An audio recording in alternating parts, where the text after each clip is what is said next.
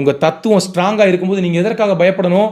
விஜய் வந்து தப்பு பண்ணுறாரு, விஜய் சரியா இல்லையா, என் தம்பி தான் அவன் சொல்கிறீங்கல்ல, நானும் அவரு சந்திச்சு பேசணும் அப்படின்னு பொதுவெளியில் நீங்கள் தானே பேசியிருக்கீங்க. அப்போ கூப்பிட்டு சொல்லுங்கள், தம்பி இதை எதை சரி பண்ணிக்க, நீங்கள் நான் தான் ஒரு தமிழ் மகன், நம்ம இந்த மண்ணின் மகன்கள், நம்ம ரெண்டு பேரும் சேர்ந்தா ஒரு மிகப்பெரிய அரசியல் மாற்றத்தை ஏற்படுத்தணும் அப்படின்னு.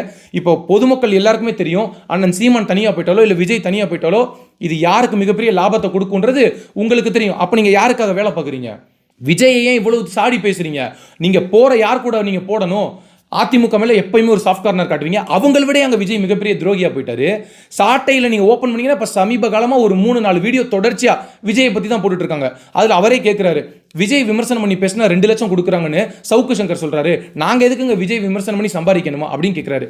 சரிதான், ஆனால் இதுக்கு முன்னாடி வரைக்கும் விஜய் குறித்து அண்ணன் சீமான் அவர்களின் நிலைப்பாட்டில் எவ்வளவு மாற்றங்கள், நம்மளும் ஏன் அதெல்லாம் கடந்து போனோம்? சரி பரவாயில்ல, அண்ணன் எப்பயுமே வந்து தப்பு செஞ்சால் தட்டி கேட்பாரு, தப்பு செய்யலைன்னா தட்டி கொடுப்பாரு, இப்படி தானே நினச்சிட்டு இருந்தோம். ஓரமாக நில்லு, இல்லை இந்த பக்கம் நில்லு, நடுவில் நின்னா லாரி அடிபட்டு செத்து போவ அப்படின்னு சொன்னீங்க.